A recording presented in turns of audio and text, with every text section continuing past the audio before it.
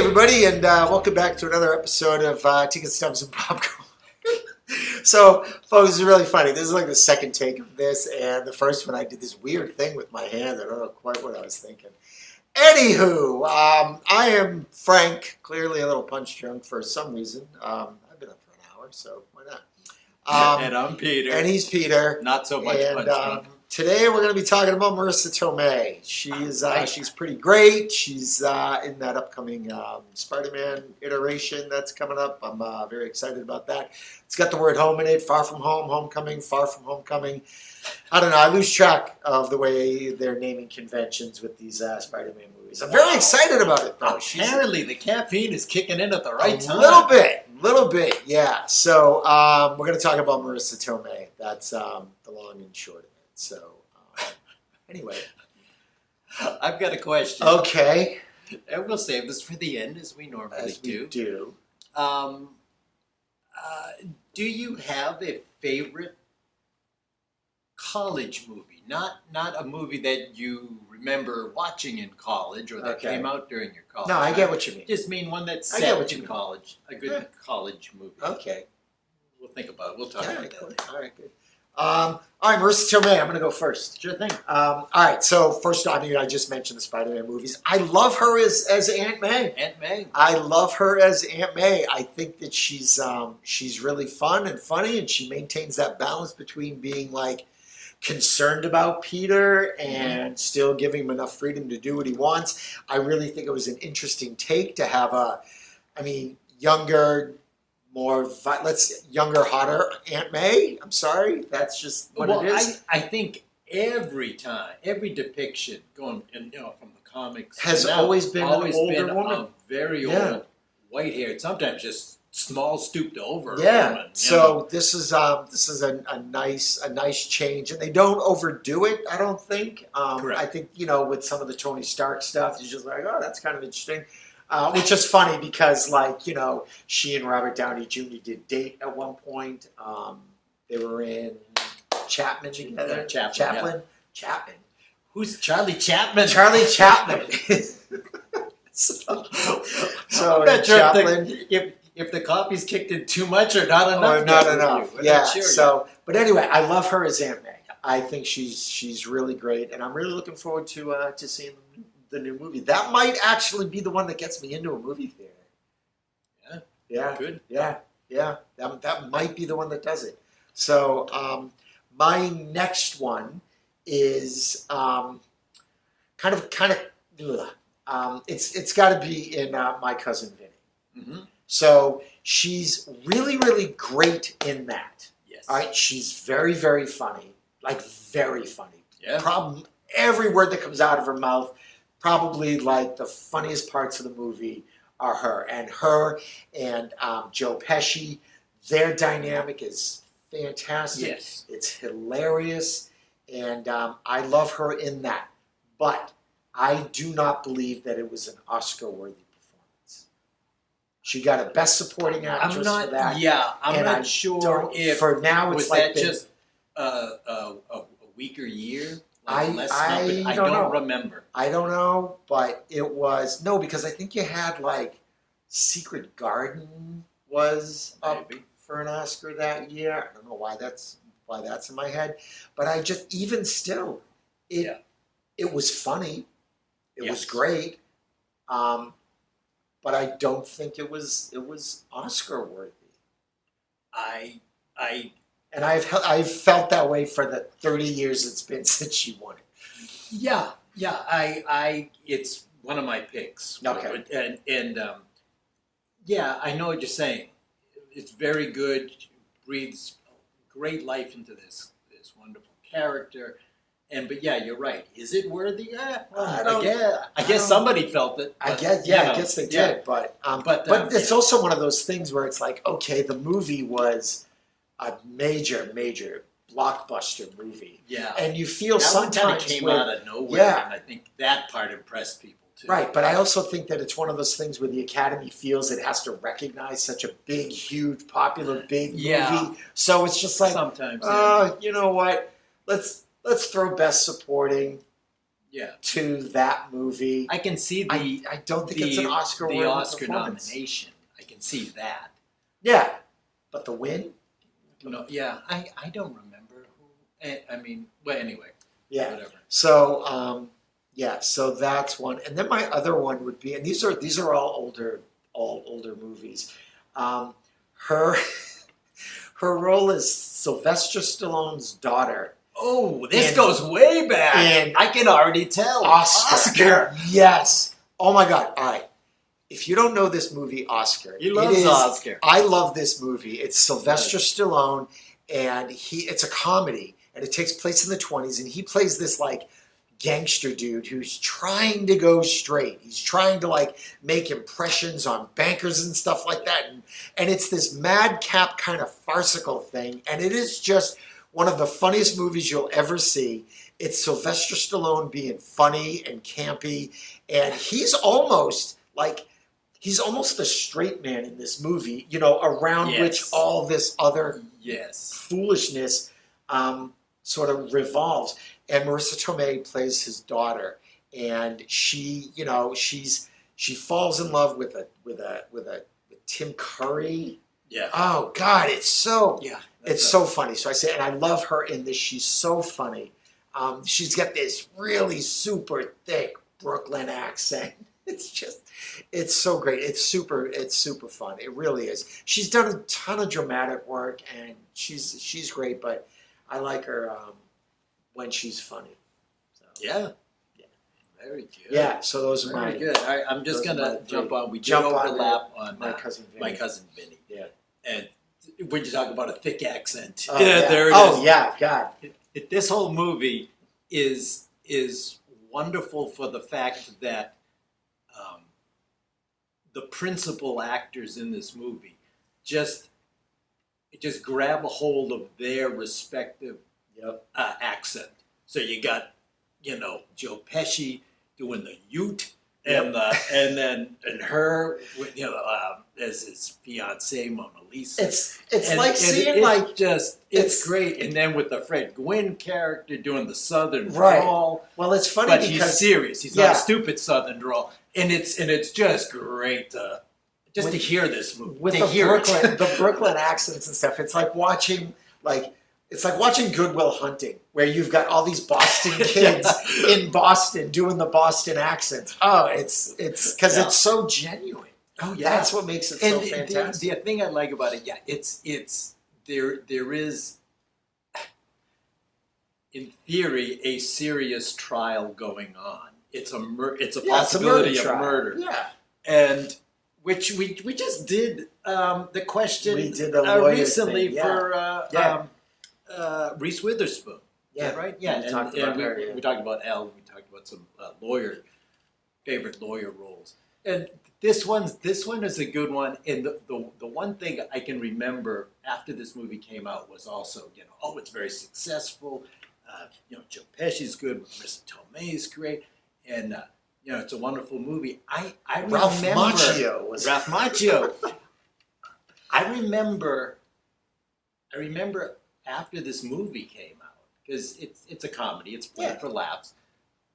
The legal profession said, I can remember articles coming out, and the legal profession said, okay, the movie is what it is, it's a comedy. Yeah.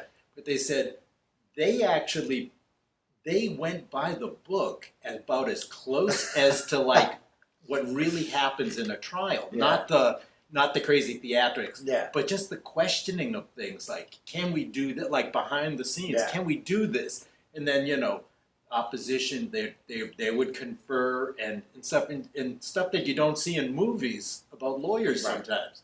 And they said, no, this is exactly how it is. You have questions, you just pick up your phone and you talk to the opposition and you say, oh, this is what I'm, This is what, and they say, yeah. And I was like, really? That was the illegal takeaway from the movie. No, it's really done well. Okay, I guess. So I love her in that one. She isn't afraid to call Joe Pesci on his shit. Just like what I mean. Yeah, I know she's great. Yeah, I know she's great in that one. And then of course she's the one who kind of saves the day at the end. So yeah, love her in that one. Another one is You're a deer at a brook. Go ahead. Watch the movie. Yeah. Another one goes from this one to a much more serious movie. In the Bedroom. It's got to be about 20 years old by now, but it's a very good,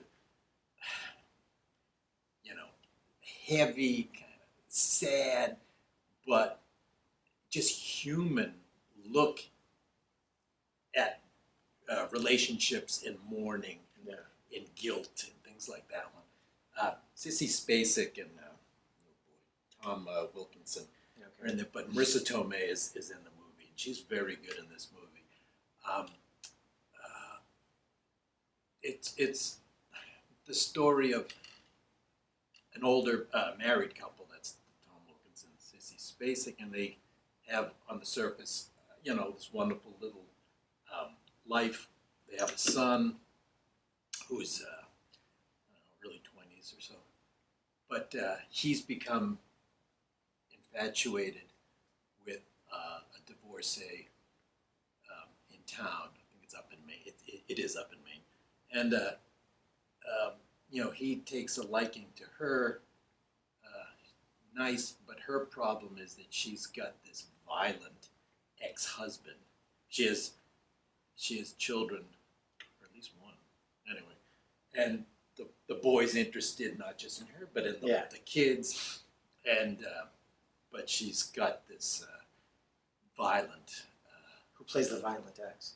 I got to tell you, I can't remember. That's funny. It was like those three were the big roles. The son isn't a big. I don't remember now. All right. So. But she's good. She's very good. Yeah. So so one of the times that he comes over and he threatens them, the son comes over to try to, to save her, because he feels this way about her, and he gets killed in the thing, and then it starts between the husband and the wife, the older couple. They're not dealing with grief the same way, and they're kind of starting to turn a little. They're not, then they're mad at her, the Marisa Tomei character. Yeah. Because stuff. Hilarity does not ensue. Yeah, no, it doesn't. And that's called In the Bedroom. All right. And that title doesn't have to do with anything in the bedroom. It has to do with that was the title because they picked out of the hat. they're in Maine, and so Tom Wilkinson he's a fisherman, a lobsterman, and that's the area like in the back of the lobster trap is called the bedroom. Okay. And you can't have more than one lobster in there at a time for too long because then they start to turn on each other and fight, and that's kind of what the movie's about. All right. But she's wonderful in that one. A lot of emotion, a lot of raw emotion going up in that. Right. And she's wonderful in that one. And then another movie, excuse me, a little more recent, but still it's been probably 5 or 6 or 7 years by now. Time flies. Is The Wrestler. And I like this movie a lot. Mickey Rourke, thank you. I was going to say, Matt? Who's that? Mickey. Rourke? Who's Matt Rourke? I think he owes me money. Or I He's owe a good him friend money. of Charlie Chaplin. He is a good friend of Charlie Chaplin. No, Mickey Rourke plays a once much more successful wrestler. Now he's still in the circuit, but he's just a nice guy in a weird profession, and he's got a soft spot in his heart for a stripper, a dancer at a club, in a nightclub, and that's played by Marisa Tomei, and each one is trying to deal with their own lives. Yeah, exactly. Things aren't going she's well. Good in that too. She's like a single mom trying to take care of her son, and Marisa Tomei just cannot hold a man. no, apparently not. I don't know what the problem is. She killed Uncle Ben. So it's a wonderful performance on both parts. Marisa Tomei This kind of brought Mickey Rourke back. Mickey Rourke. That one definitely did. Yeah, definitely did. I don't know what he's doing now, but yeah, got him into a Marvel movie. Hopefully not more work on his face. Yeah. But anyway, Marisa Tomei's great in that one. That one's another one that's a little, a little dark. Not quite as dark as that in the bedroom. It's a lot of raw emotion. But this one, it's great. Yeah. She just doesn't want to get caught up in a relationship again, although she does have feelings for him. He definitely has feelings for her. And just it's good to see. It's good to see people, and it's got great comedic timing. Yeah. Do drama and then still feel free to go back. Yeah. And just do comedy every once in a while. She's has a great little. She's got a great little cameo, one episode only on Seinfeld, where she is Marisa Tomei, and and it's just George all of a sudden gets infatuated. She was in Crazy Stupid Love too. Yes. Yeah, she was pretty funny in that. So she was pretty good. And as you said, Chaplin, not to be confused with Chaplin, the other movie. Exactly. So all right, she may or may not have been in that. For that. All right, so I asked a question about college movie. College movie. All right. Well, there is the gold standard, Animal House. We all know that. Yeah. We all love that one. That's great. I don't know if that's my favorite. It's definitely up there. I want to. I want to go. Can I just go just slightly I'm not sure. Can you go? Post college, because it's the characters in this movie are just out of college. So it's St. Elmo's Fire. Okay. Where it's within there's still it's that college group. They're just Emilio Estevez is trying to decide. All right, they just graduated, so they're gonna go. Is he gonna go to law school or business school, whatever? So, but I really love that movie because that especially when it came out. I was a teenager. I'm just this is kind of post college life, and So I really love St. Elmo's Fire. That's a great movie. I don't really know, but I'd probably go Animal House and St. Elmo's Fire. Yeah. Okay. I my pick is Animal House. It came out at the right. I was probably a junior. Yeah. In high school, thinking, "Hey, this is what college is going to be. Oh boy, this is going to be great." And of course, as we all know, it's exactly it's not that at all. No. Which is good because I didn't really want to go through my college career seeing the rear end of Donald Sutherland too often. This is true. So true. That was probably a good movie. Once is fine. You pay your money and then it's over. Exactly. So. Show's over, kids. Move on. I just, it was the timing of it. It hit. It just hit the consciousness. Yeah. I mean, there's and it was just so funny. But it was the timing of my age. It came out. Then there's a bunch of other movies. A bunch of Van Wilder. There's Accepted. Mm-hmm. There's, there's the movies too that take place immediately before college. God, so super bad. Yeah. So you got the ones where they're graduating. What are we doing? In a couple months, we're going to be away. We're going to be separated. We're going to whatever, blah, blah, blah.